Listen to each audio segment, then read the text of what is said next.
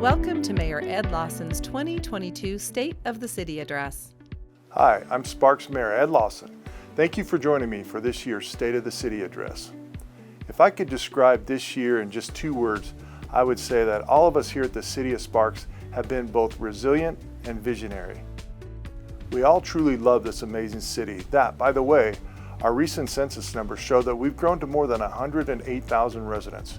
People are moving to this area for so many reasons, including its beauty and job opportunities. I'd like to take the next few minutes and tell you how proud I am of our staff that has worked diligently to provide services to our Sparks community. You may not know them by name or recognize them at the grocery store, but each one has a heart for public service. They have rallied through ever-changing COVID-19 protocols while continuing to go above and beyond to provide the services for our residents. Thank you for the opportunity to tell you about some of the great work our staff and council have done in the past year. We all know that the past few years have been difficult, to say the least. During the peak of COVID-19, we utilized our CARES Act funding to help as many residents and businesses as possible.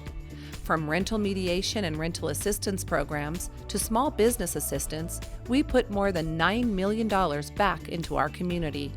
We also gave important dollars to help with food insecurity to programs such as Delivering with Dignity and the Food Bank of Northern Nevada. And we collaborated with the University of Nevada, Reno to monitor wastewater at our Truckee Meadows Water Reclamation Facility, or TUMWRF, to determine the prevalence of COVID-19 in the community and to help researchers develop a predictive tool for managing COVID-19 and other viruses in the future. The City of Sparks was also allotted more than $16 million from the federal government to address the COVID-19 pandemic and its social, economic, and health impacts. These American Rescue Plan Act funds, or ARPA funds, are being put to good use for our community as we speak. Hi, I'm Charlene Bybee, Ward 4 Councilwoman and Mayor Pro Tem. As a part of the City Council, I'm proud that we voted to disperse these essential ARPA funds throughout the city to aid in important initiatives. The plan includes continued funding of the University of Nevada wastewater study, additional funding to the Nevada Cares Campus and Food Bank of Northern Nevada, funding for senior services, mental health services, pedestrian improvements, and funding towards supplies and infrastructure to help better prepare the city for the next pandemic or emergency should there be one. In addition, the city has pledged $1 million to help fund the Northern Nevada Hope's East 4th Street Medical Clinic near the CARES campus. I'm Ward 1 Councilman Donald Abbott. We also approved ARPA funding to be used for the city's Secret Sparks campaign that highlighted more than 108 businesses in Sparks. The goal of the campaign was to generate awareness of the many businesses that were affected by shutdowns during the peak of the COVID-19 pandemic. The successful campaigns in both English and Spanish generated more than 5 million social media impressions, so Sparks is no longer a best-kept secret. Additionally, to aid our Sparks businesses, we cut outdoor dining permit fees by 50% in an effort to help them continue to recover. Hello, I'm Ward 5, Councilman Christopher Dare. $4.2 million in ARPA funding is also going toward building Fire Station 6 right here in Sparks. The city is working out details to purchase the land, and other funding has been secured to build this important new fire station that will better serve the residents in this whole area. In addition to funding for our new fire station, in the fiscal year 2023 budget, we approved $250,000 in new equipment for our fire department that includes thermal imaging cameras and automated CPR machines. We also approved the purchase of an ambulance, as 85% of our fire department calls are for medical services. Instead of taking large fire apparatus vehicles to medical calls, our team will soon use the ambulance, making response times quicker with less wear and tear on our city roads. Our recently approved fiscal year 2023 budget incorporates important city priorities and new needs, like this important life-saving equipment for our fire department and the new equipment to help our police department. For our police department, we approved the purchase of a gunshot detection system. This system will be able to detect gunshots from within a specific geographic area of coverage. Our first responders will be able to respond to crimes involving gunfire and render aid to potential victims much faster with this technology. And a new training facility will provide a dedicated space for a virtual simulator designed to help train police officers with threat identification and assessment, practice their active listening and de-escalation skills, and provide stress inoculation to improve critical decision-making through the use of scenario-based learning. The training facility will also include an additional meeting and training space that can be used for all members of the police department to satisfy training needs for various certifications. The fiscal year 23 budget includes $5.6 million in new needs, including 34 new full-time positions to the city, the largest staffing addition since the Great Recession. During the recession, we had to let go of approximately a third of our staff between temporary and full-time employees. We are slowly but surely building our staff back up to meet the needs of our city, including our police and fire departments. Hello, I'm Ward 2 Councilmember Diane Vanderwell. Our new Sparks Police Advisory Committee is helping to gather input and feedback from the public to help us develop and improve community policing policies and practices. In addition to providing consistent service levels, the importance of ensuring equitable access to all city services has been made clear, and diversity, equity, and inclusion are key priorities for all of us at the city. We formed our Equity and Inclusion Advisory Board that is helping us talk about important topics to help our city be more inclusive and our employees more successful. Hello, I'm Ward 3 Councilman Paul Anderson. Our Sparks Police Hope Team is doing amazing work in our community. In 2020, a dedicated Hope Team was formed with 3 full-time officers.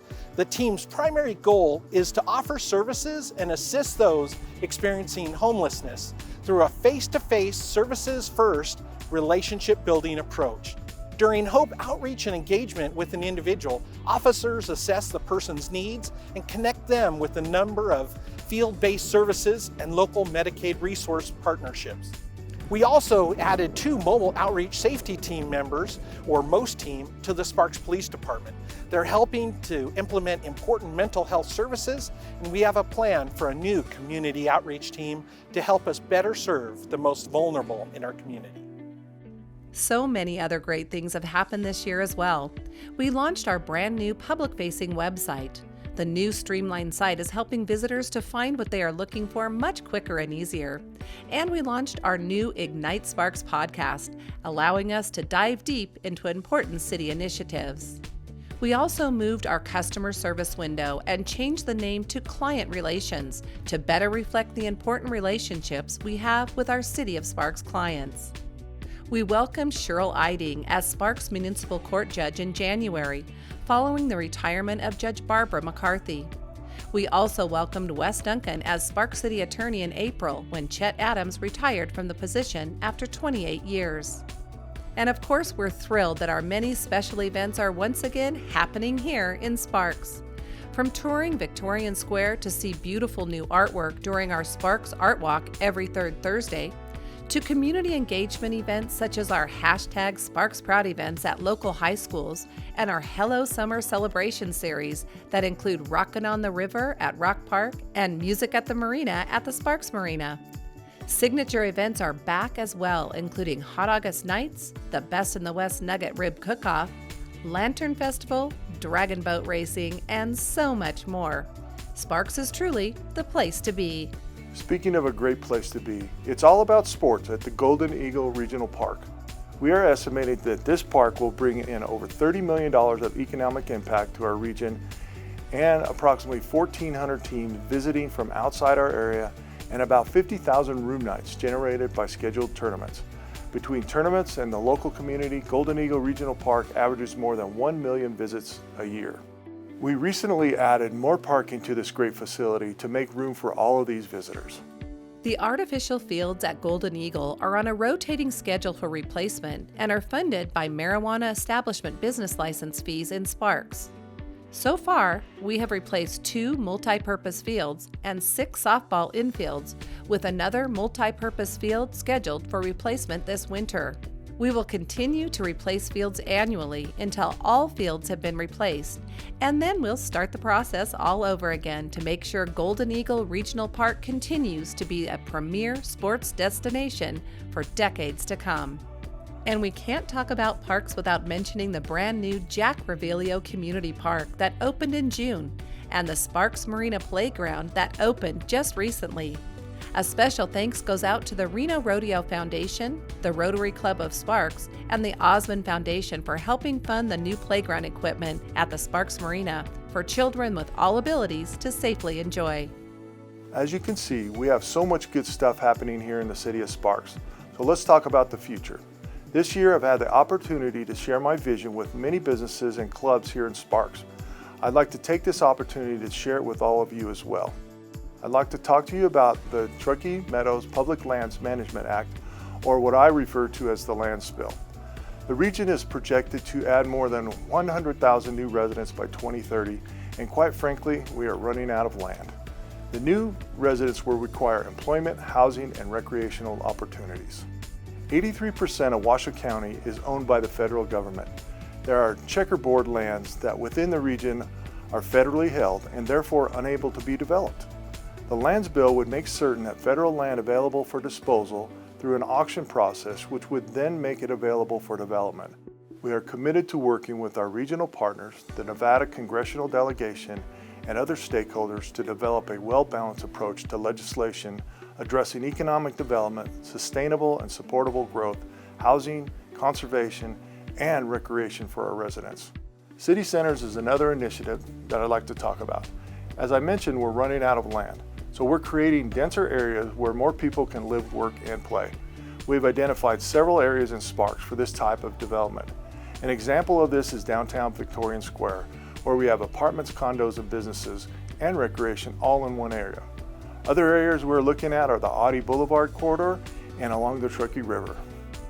Every city in America would love to have a beautiful river running through it. Along the Truckee River in Sparks, we have a lot of warehousing and light industrial businesses. We would love to develop the industrial area east of Sparks, where these businesses could move to, and then revitalize the area, encouraging residents and developers to build homes, shops, and restaurants along the River District. We believe this would enhance the beauty of Sparks and make the River District yet another jewel in the city of Sparks. Thank you for watching the State of the City Address. All that we have mentioned and more is happening right here in the city of Sparks. We truly want to make this city a great place for families to live and visitors to enjoy now and into the future.